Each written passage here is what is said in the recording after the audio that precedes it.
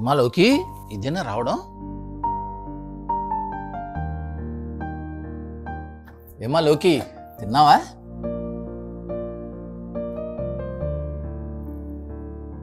అమ్మాలోకి ఒక 10 నిమిషాలు నీతో మాట్లాడొచ్చమ్మా? చెప్పండి నాన్న.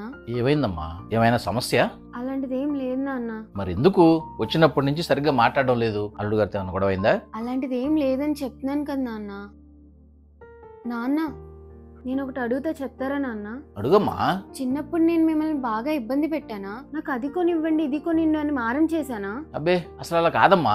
ఏం చెప్పినా వినేదానివి, ఏది అడిగేదానివి కాదు. మా పరిస్థితిని అర్థం చేసుకుని మసులుకునేదానివి. మరెందుకు నాన్న నాకు జీవితకాలం శిక్ష వేశావు? ఏమైందమ్మా? ఎందుకంత బాధపడుతున్నావు? అత్తయ్య వాళ్ళు ఏమైనా అన్నారా? లేకపోతే అల్లుడు గారితో ఏమైనా గొడవ?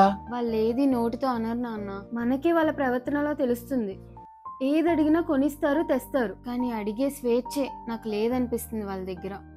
ఆడపిల్లలకి కోట్లు ఉన్నవాడు, లక్షల్లో సంపాదించేవాడు, కారులో తిరిగేవాడు అవసరం లేదు నాన్న. తనని తనలా చూసుకునేవాడు కావాలి. ప్రతి తండ్రి నాలాగే ఆలోచిస్తాడమ్మా. ఉన్నవాడైతే తన కూతురికి ఏ కష్టం రాకుండా ఉంటుందని. పుట్టింట్లో గారాభంగా పెరిగిన కూతురు అత్తింట్లో ఎక్కడ కష్టపడుతుందా అన్న భయం. ఉన్నవాడికి ఎంతున్నా సరిపోదు నాన్న. అదే లేనివాడికి నువ్వు కొంచెం ఇచ్చినా నిన్ను జీవితాంతం గుర్తుపెట్టుకుంటాడు.